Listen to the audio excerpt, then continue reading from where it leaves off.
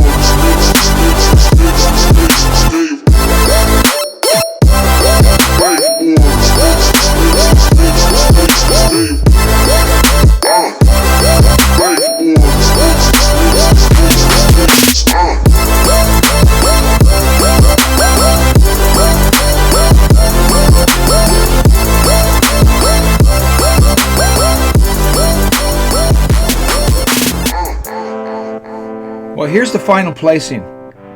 It's going to be 2, 4, 3, and 1.